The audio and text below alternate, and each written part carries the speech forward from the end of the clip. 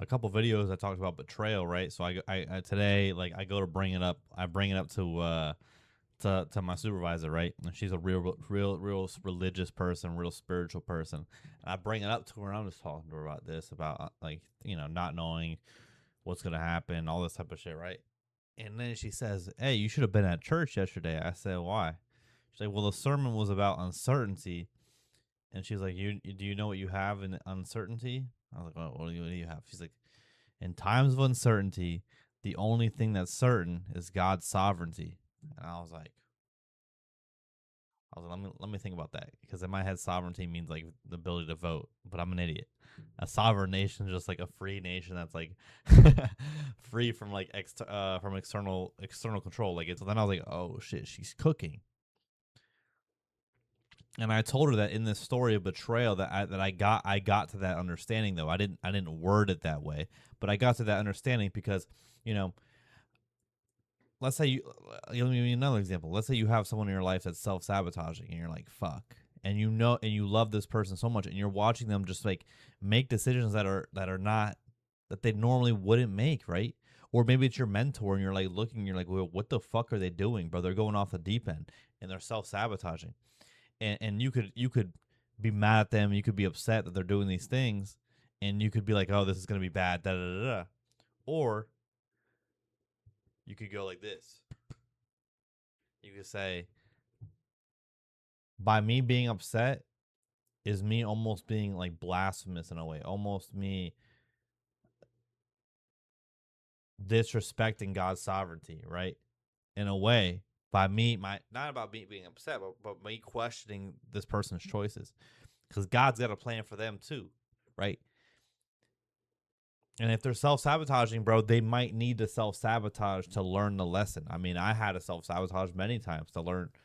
I had to get stripped butt naked and in order to, return from the ashes, right? Multiple times. I had to get fucking stripped butt naked so many times. Removed all things from my life.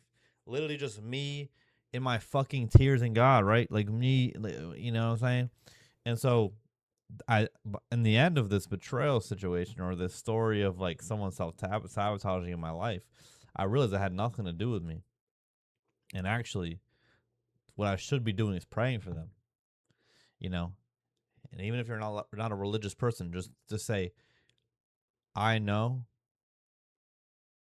this is my friend, this is my mentor, whatever. I know that they're an adult person and they're gonna make their decisions, and all I can do is best to wish the best for them. But for me, I'm like, yo, God, take care of this person, bro, because they're about to go through they're about to get stripped naked. They're about to go through the rubble. They're about to go through the flames. You know what I mean? They're about to go through the cold plunge, whatever, however you want to put it. They're about to walk through the valley of the shadow of death, right? And you got to be there for them. But it's about, do I trust in that? Do I trust that idea that my supervisor was saying, that in times of uncertainty, the only thing certain is that God is sovereign, or God's sovereignty. That's the only thing that's certain. So I don't mean it. So all I gotta do in shit like this, I let it go. I came to acceptance at the end. All this types of grief, all the stages of grief, I came to acceptance. Be like, yo, God, you got this shit, bro. Take care of this guy. Take care of this girl. Take care of this person. Whatever it is. Take care of this child. Whatever it is. Because I imagine that there were so many times when people in my life and my fiance and my family knew I was going back into addiction, saw that I was getting back into, like, not getting back into depression, but like succumbing to it again. And even though I would present myself as fine, except for to my fiance, I clearly knew what was going on. To my family, I present as fine. Like, especially for my mother, I imagine all she could do was pray. Pray that God took care of me during those times, because she can't intervene. There's nothing that she can do that I'm going to listen to, right? There's nothing that she can do in that situation for me. All she could do is hope that God takes care of me. You know what I'm saying? Something about that. It's kind of, I mean, it's really sad. You know what I mean? And I think so many times, like, we look at people make poor decisions, and we kind of judge them, and it's like, dude, we've all made fucking horrific decisions. In the same way I'm judging this person for making this terrible decision, I was judged for making terrible decisions, right? But in that moment, I thought I was right. And I had to learn the hard way. And sometimes people got to learn the hard way because that's the only way. It's not about easy or hard. It's just that sometimes things don't click, or sometimes you have to go through something to have an identity change, especially if the thing that needs to be changed is something that is core to your identity, something that you've been using as a crutch for years, something, an identity or a belief system, or some defense mechanism that you've been holding on to forever. Your anger, your stonewalling, uh, running away during conflict, alcohol, gluttony, right? Like getting always overlapping relationships, always getting to the next relationship. Like there's all these things that, like for example, the person that's always overlapping relationships, they can't be alone by themselves. But then at some point, you might think that they're making terrible decisions, but that decision may lead them to a point where now they're all alone, which is exactly what they need to heal this wound of the fear of being alone. I think you just gotta, once again, when shit gets rough, you gotta lean harder. You gotta trust more, and you gotta be more faithful. I don't know. I'm not gonna pretend like I have answers, right? Like I'm looking at the universe, I'm looking at God through the lens of an individual. In what way can I grasp any of this, right? I've seen miracles happen, man. Many miracles happen in my life, in my family's life. Dude, my mother. You guys know she almost she literally should have died in January. And now she's almost cancer free. And the only reason they found out there was something wrong with her, even though she went to the doctor for 2 years and said she's not feeling well, the only reason they found out something was wrong with her was because she developed a growth on her neck, like a little knot. And and my mother in law was just kind of like, "Hey, you should probably get that scanned. Let me set you an appointment to get that scanned." And this was nothing. It was nothing. But through that scan, they saw that there was fluid all the way up to her her clavicle, bro. You know what I'm saying? Do you know what I'm saying? And right when she got to the hospital, for them to fucking drain her lungs, and then furthermore, for 2 weeks she was in the hospital, 2 3 weeks. Them trying to fix her, treat her cancer, trying to, her lung collapsed. They don't know how her lung didn't explode because she had so much fluid in her lung. Bro, while she was there, the thing in her neck just disappeared. It literally was only there for someone to take her seriously enough to see what was going on with her. And in the scan, they scanned her neck. All you could see was all the way up to here, but they saw fluid right there. Like, do you guys understand what the fuck? How crazy that is? For 2 years, my mom was suffering. She didn't know what was wrong with her.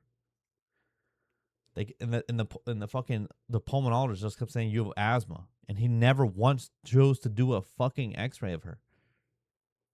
Just an X-ray is so low level, bro. You always do an X-ray. No, he just kept saying you have asthma, and we all tried. And nobody believed there was something wrong with her. And then she slowly but surely, she couldn't no longer fucking smell perfume. Every smell triggered her. She would go into these 40-minute coughing fits everywhere.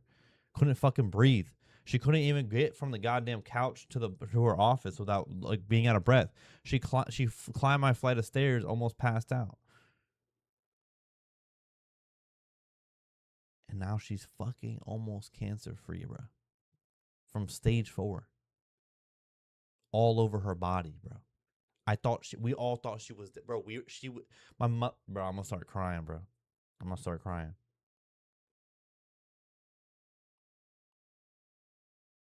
I don't even know what I'm telling you guys, but my mom,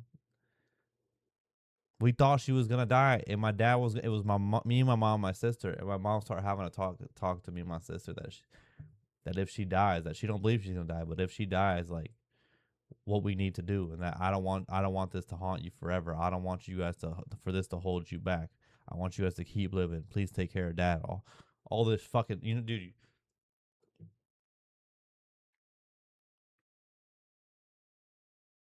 And now she's fucking super healthy, brand new again. She's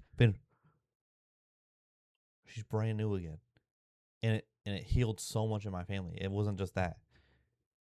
It kind of kindled my parents' relationship. It made my parents realize what matters in this life.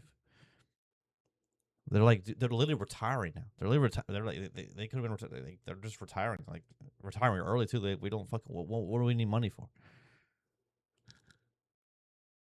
And I just say this that like miracle, like dude,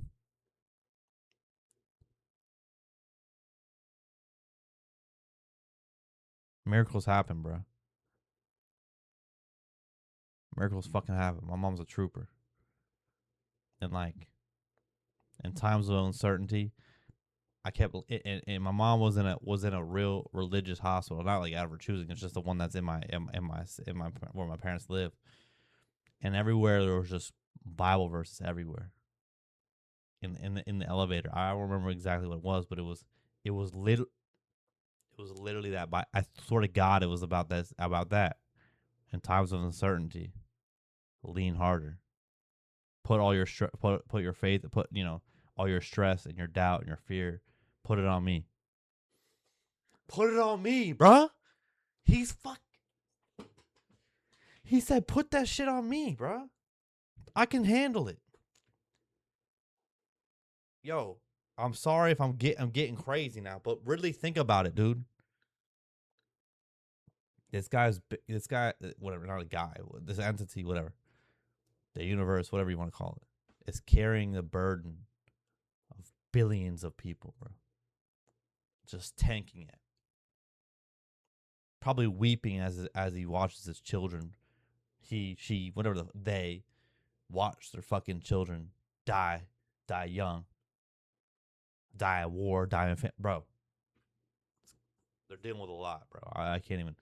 I remember one time during I was talking to God outside. I said, bro, what's on your mind? Like, what's going on with you? I keep talking about what's going on with you. Like, are you all right? You know, that's a lot of pain. Anyways, though, I'm out of here. This is a yap sesh, but guys, girls, gays, queers, and them, these are any all. It's always those videos that say I have nothing to talk about. Have a blessed rest of your Monday, and I'll see you guys on a beautiful Tuesday.